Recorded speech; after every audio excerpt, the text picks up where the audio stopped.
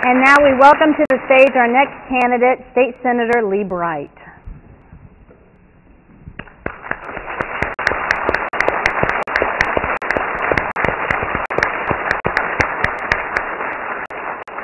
And Mr. Bright, to start our discussion this evening, our panelists have asked each candidate to prepare opening remarks to answer a question that you've been given ahead of time.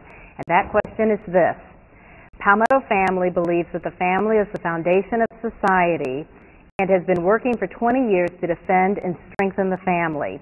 With divorce, domestic violence, and father absence rates at unacceptably high levels, what ideas do you have for strengthening South Carolina families? Senator Bright, the floor is yours. Thank you for the question. I thank the audience for being here tonight.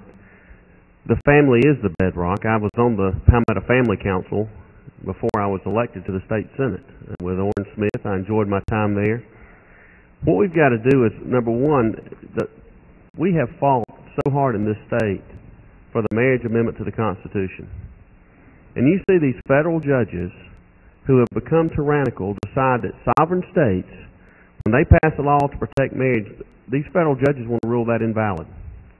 What we can do is elect people to Washington that will only support judges when they are judges that are strict constructionists to the Constitution. Now, I was a little concerned that we didn't want to have a Vicar Fest tonight, and I don't want to have a Vicar Fest, but the current senior senator from South Carolina has voted for 2 Supreme Court judges who are not in the idea of the framers, who one has even made public comments that we need to look to foreign courts when making decisions. We've got to have true judges that are going to observe the Constitution and the rule of law and not try to make law from the bench. And that'll protect our families. When you look at what's going on with the abortion verdict from 1973, the culture of death that's been on our land, we need to make sure we put judges on that bench that are going to overturn Roe v. Wade. We've got to put a stop to it in this country. And if we don't, and the thing of what's happened with this federal government, the federal government has become the father to so many of these families.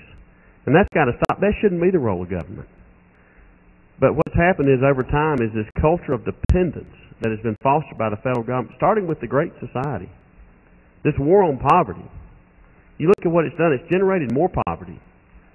What Johnson and Carter and now Obama have done to this country, we've got to take it back and let fathers be in charge.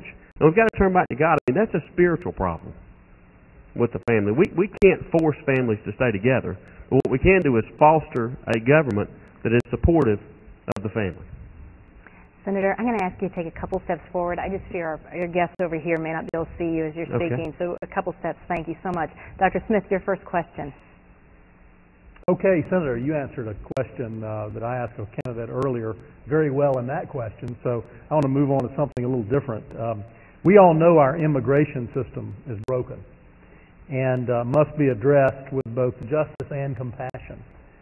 Unfortunately, many common sense reforms such as guest worker programs and increasing the number of visas for high-skilled workers are being held hostage by political interests. On the other hand, it's a fact that millions have broken the law to enter our country. So what is your plan to deal effectively with America's immigration dilemma? The Fourth Amendment is very important to me. I don't want folks just because of the color of their skin to be searched for papers. But if people are found here illegally, they need to be deported. I mean, this thing of ignoring the rule of law and the burden it's putting on our schools, on our hospitals, I mean, the rule of law should be observed. And American citizens, I mean, you think about this border security and the fact that we don't know who's coming across. We've got to secure the border, but I don't believe in a path to amnesty. I think what's going to happen, if you have a path to citizenship, what will happen is these folks are going to, that are here are going to come and they're going to vote Democrat. Is what's going to happen. You're going to dilute the conservative vote in the Republican Party.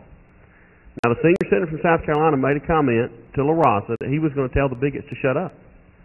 And this amnesty bill is going to basically tell the conservatives that are concerned about the rule of law to shut up.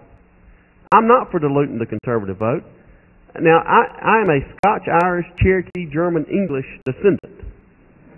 We are a nation of immigrants, and I understand that. But we've got people here in this country that are legal citizens that cannot find work. We've got veterans that have come home from war that cannot find work.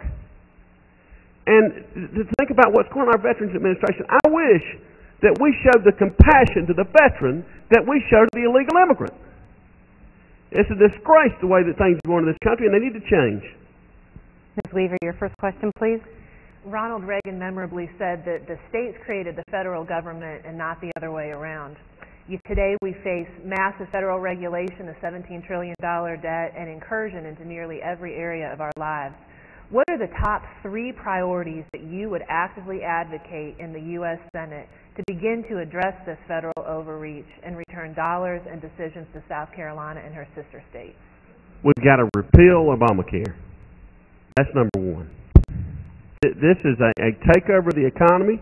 The federal government has done a terrible job when it gets involved in anything. And you can't point to one. You look at our veterans, how they're treated. You can't point to one thing that our federal government does well.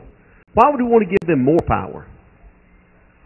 The power over our health care, and I tell you, it's just been breaking my heart listening to these stories. If we're going to treat our heroes the way they've been treated, how are we going to treat the average ordinary citizen when we're dealing with health care?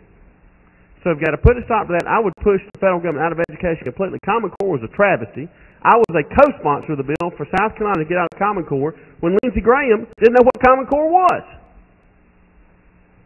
We've got to get the federal government, the overreach, out of our lives. The states, we should be returning the power to the states, whether it's, really, if you go down the line, the states, you can, listen, it is so hard to defeat a sitting U.S. senator. It is a gargantuan task. But you can beat a state senator, you can beat a state house member, you can beat a county council member. That's why you want it local. So that way when these guys get out of line, you can get rid of them.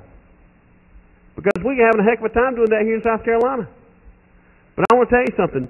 If we return it to the states, the people, it will be returned closer to the people as the founders intended. They never intended. Our forefathers would not tolerate this federal government. You think we had a skirmish out in Utah? I'm going to tell you something. Our founders would never tolerate a federal government that's out of the control like this one is.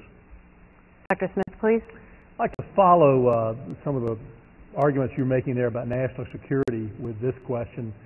Clearly, defending our nation is the first responsibility of the national government, the federal government. And U.S. military power is to be used only for the national interest. Many sons and daughters of South Carolina have answered that call of duty to serve their country, and some have paid the ultimate price. As our senator, what are the considerations you would take into account in determining where and when the United States should commit our military forces? Maybe give an example of when our military forces were held back when they should have been used, and maybe when they were used when they should not have been inserted into a conflict. Well, I can't think in recent history where they were held back when they should have been used. I mean, our military has become the military of the world. And that's not what the founders intended. It was for our national security. It was for our national interest, and it ought to be our vital national interest. And, you know, a lot of people talk about the ultimate sacrifice. If you're not willing to send your child into that battle, we shouldn't go. It should be that important. And these politicians that view the military as army men on a board, something to go have a press conference about. I mean, you think about it. Who in their right mind would want to put boots on the ground in Syria? You've got Assad and the Iranian Guard on one side, Al-Qaeda, Hezbollah, and the Muslim Brotherhood on the other. Let them fight. Don't put an American in harm's way getting in the middle of a terrorist fight. It's insane. These elected officials that don't mind. I tell you, we recognized a young man who dove on a hand grenade to save a fellow military man's life. I mean, the courage that these men and women have, they're not deserving of the politicians. These politicians we have, I'm going to tell you something, it breaks my heart. Arms, legs, lives lost. They swore to uphold and defend and protect the United States of America. Not all the countries of the Middle East, not all the countries of Europe, not all the countries of Asia, but the United States of America. And I will not support going into any conflict unless the vital interest of the United States of America is at stake. Kyle Carpenter would be the one to whom you refer. Ms. Weaver, your chance now. This fall, Congress will vote to reauthorize the Export-Import Bank, a federal agency that provides loan guarantees to foreign entities that buy American goods. Supporters of this bank say that it's necessary to level the playing field with other countries and support American small businesses that export. Opponents of the bank say that it has very little to do with small business and is an example of corporate welfare, with 80 to 90% of the bank's loans being spent in support of 10 large multinational corporations. Do you support the reauthorization of the Export-Import Bank? I do not support it. I voted against it in the state Senate. There was a resolution to encourage Congress to support that. I voted against it. I do not support it. Listen, this is us versus them. Those of you that are watching on television, we got to take our country back. Those of you in the audience that haven't already decided on the candidate, we got to take our country back, so pick one that's going to do it. It's become us versus them. There's a ruling class in Washington, D.C. 7 of the 10 wealthiest counties in the country are suburban Washington, D.C. They are strangling the private sector. 40% of GDP is federal government spending. I mean, come on. We got to stop them. We can't just, they keep telling us it's for our own good, and they run us up to $20 trillion in debt. We're heading that direction. Unfunded, when you go through Social Security and Medicare, we're up to $100 trillion. We got to say stop. These planned economies don't work. It didn't work in the Soviet Union, and it's not working here. Dr. Smith, please. Probably don't have a lot of time for this one. I want to make sure you have plenty of time for your closing. But the old philosophy of Edmund Burke, who felt very strongly that he was a trustee of the public's decision-making. He was elected to make decisions based on his own wisdom, and he did not necessarily think he should do a public opinion poll to figure out how he should vote. The other side of that coin is you want to be responsive to your constituents. So are you a trustee on behalf of them, or are you a delegate of their wishes? So how do you straddle that? This is not a direct democracy. This is a republic. You elect your leaders to make the decisions. And then, when it comes election time, you can change them if they don't make the right decisions. Obviously, there should be... When I'm your U.S. Senator, what I'm going to do is I'm going to come home and listen to South Carolina, and I want to hear how you feel. I'm not going to be out cavorting with the Muslim Brotherhood over in Egypt trying to figure out what's going on over there. I'm going to worry about this country. And I'm going to worry about your state. And I'm going to be talking to you when we take recess off. I'm not looking to be a national figure. What I want to do is get our country back. And these people in South Carolina elected Jim DeMint. They can elect a conservative. We've shown we can do it. Now, we elected Hollins a lot. And then we got somebody following his footsteps now. But we can elect a conservative. It can be done. And we need to do it. But I will do what I believe is in the best interest of South Carolinians. But when you look down at where I stand on issues, I'm with you. I don't have to pretend. And if you elect me to the U.S. Senate, you'll have a conservative for 6 years, not 6 months. Ms. Weaver, I can give you another quick question if you can get it in. Trade Promotion Authority lapsed in 2007. This is something that we have extended to every president since the 1930s, and obviously a lot of jobs and $26.1 billion in merchandise exports really juice the South Carolina economy every year, according to our Department of Commerce. What's your general philosophy on international trade policy, and do you support renewing Trade Promotion Authority? I believe in free trade or fair trade. Basically, I want to make sure the playing field is level. When you look, when there's currency manipulation, when there's things of that nature, we've got to have a manufacturing base. That is crucial, because if we do have to go to war, we got to be able to make the weapons we need to fight with. And to think you can survive as a nation without a manufacturing base, you've lost it. So we've got to protect our manufacturing base to an extent. But free trade usually benefits our consumers, and we've shown in South Carolina, as you mentioned, with exports. We've shown in South Carolina we can compete with anybody in the world.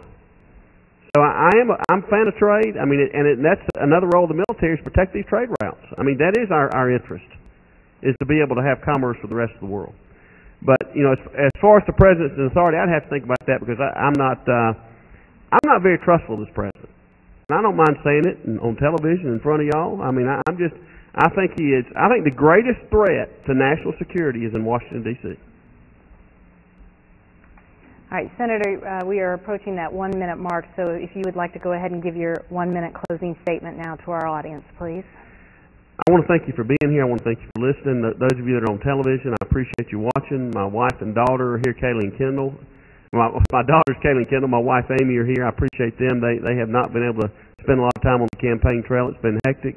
But we've got a country to save. I think if we don't... Here's what I believe will happen. I'll go ahead and make this commitment. If you don't make a change in this U.S. Senate seat, we will have boots on the ground in Syria. The president's already saying he's going to send advisors. We'll be in another war, and you will have amnesty. I can guarantee it. So you think wisely, talk to your friends, and don't elect the person that's going to send you the Christmas card because you think he's going to win. You need to elect the person that you think is going to protect your country.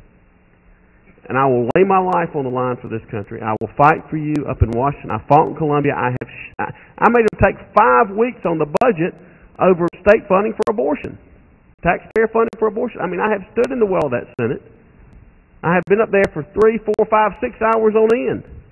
Listen, when your liberty's at threat, when your freedom's at threat, and it's in the U.S. Senate when they're trying to take away that, or your gun rights or whatever, Ted Cruz and Rand Paul are going to have to race me to the microphone. Thank you, everyone. Senator Lee Bright, thank you. And now we would like to welcome our next candidate to the stage, Senator Lindsey Graham.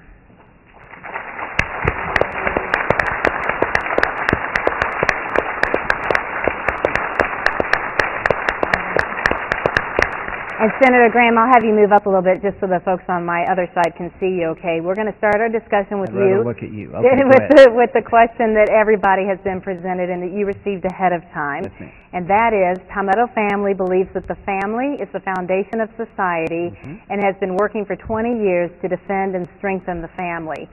With divorce, domestic violence, and father absence rates at unacceptably high levels, what ideas do you have for strengthening the families of South Carolina? Senator Graham, you now have the floor. And you got to remember, I'll be in the Senate, hopefully. And what can the federal government do for those 3 things, right? Domestic violence. We all look in the mirror in South Carolina and say we can do better. Have you ever been to a abused shelter for children and women? We have them all over the state.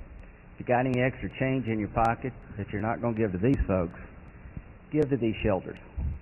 Violence Against Women Act was hijacked by the Democrats in this last session, but they had grant programs that would help create these shelters.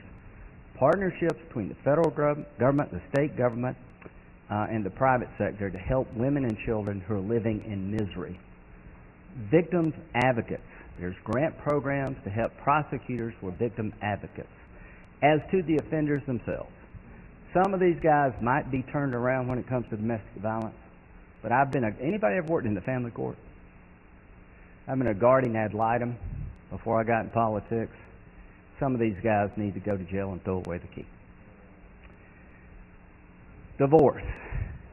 To the extent that economic hardship puts pressure on a marriage, the federal government can do a lot by improving the economy. The first thing we can do for a family is to get rid of Obamacare so you don't have to worry about your kid going to a doctor where you have no choice, where you and your family are going to be herded into a system that will make the VA look like it's run well. That's where we're headed in terms of Obamacare. And the third one? Father absence rates. Remember the contract with America? Remember the 1990s when we first took over? Welfare reform was one of the key things that we accomplished. After beating Clinton up for about 2 years, he finally signed a welfare reform bill.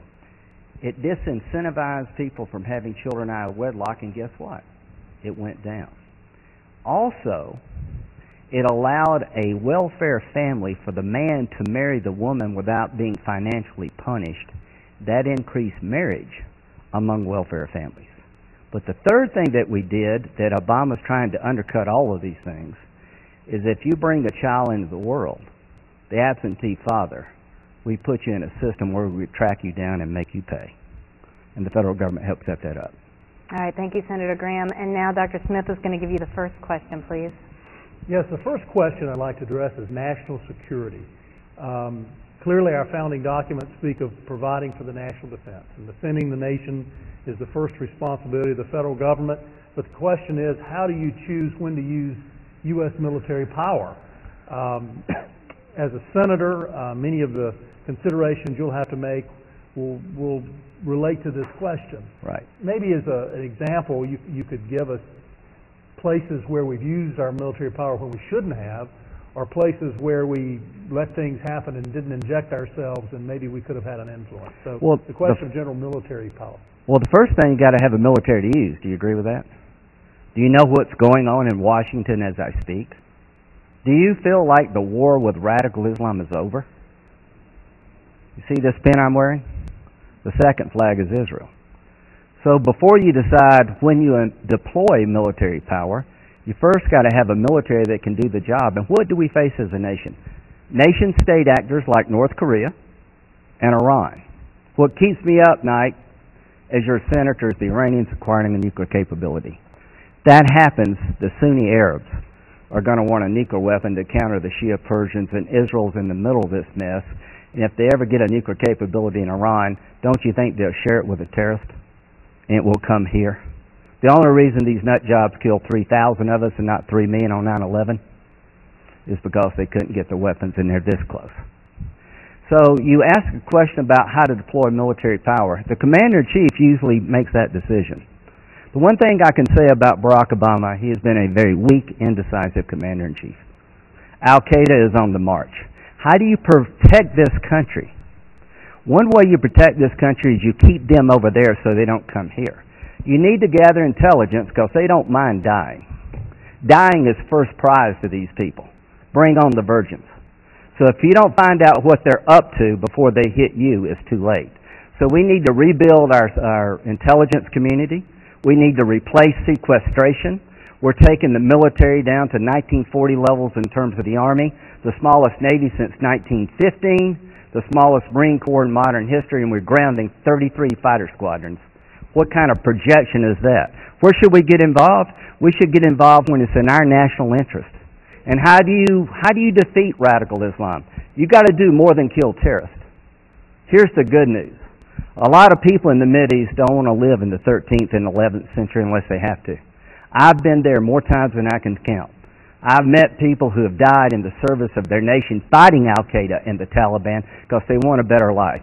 If you don't have partnerships, then you're going to have to use military force all the time. George W. Bush, and I miss him because I knew where he stood, decided to invest in Africa to eradicate AIDS for a generation of young Africans. How many of your churches have sent missionaries to Africa to help the African people with AIDS and malaria?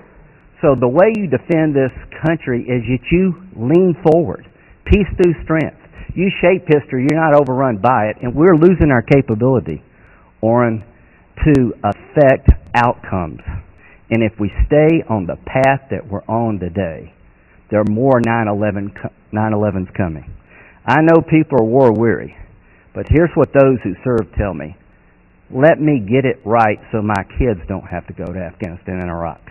And when Barack Obama decided to tell the enemy we're going to leave Afghanistan 2 years from now with nobody behind, he took the insurance policy off the table that would prevent Afghanistan from going back into the darkness. The Taliban and Al-Qaeda are going to come back just like they did in Iraq.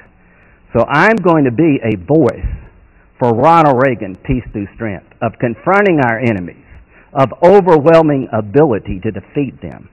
Because, ladies and gentlemen, the only reason they haven't killed more of us is because they don't have the capability to do it, and they're trying to acquire it. Ms. Weaver, your first question, please. Senator, federalism is a big issue to us at Palmetto Policy Forum, and Ronald Reagan memorably reminded us that the states created the federal government and not the other way around. But today we have $17 trillion in national debt and incursion into nearly every area of our lives. What are the top 3 priorities that you either are or will actively advocate in the U.S. Senate that begins to address this federal overreach and return dollars and decisions to South Carolina and her sister states? The first thing is to be honest with people in this room and throughout the state. Why are we $17 trillion in debt? Entitlements, my friend. Medicare and Social Security by 2042 are going to take every dollar in revenue to pay for these programs. Ronald Reagan and Tip O'Neill reformed Social Security in 1983 because it was going bankrupt by extending the age of retirement and other things. 2042, not that far down the road, all the money you send in taxes go to pay the Medicare, Social Security, and Medicaid bill. There is no way to keep us from becoming Greece and destroying the American family if Democrats and Republicans don't get serious about entitlement reform. Mike Lee and Rand Paul and myself have introduced legislation that would make Medicare solvent by means testing benefits and extending the age of retirement to meet reality.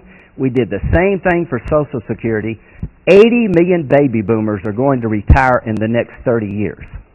When I was born in 55, there were 16 workers for every Social Security recipient. Today there's 3, and in 20 years there's 2. You want to talk about saving the family? You better get this right. We've made promises we can't afford to keep. And the good news for all of us, if you means test benefits, ask people in my income level to give up a little bit, because we can, and ask younger people to work longer, we will save these programs, Medicare and Social Security, and save the country. So that's the number one thing I would do. That's the number one thing I would do, and I've got legislation that would do it with Rand Paul and Mike Lee. The second thing I would do, if you want to stop the encroachment of the federal government on our lives, is do away with Common Core before it gets a hold. Common Core is a part of Race to the Top. Have you heard about Race to the Top?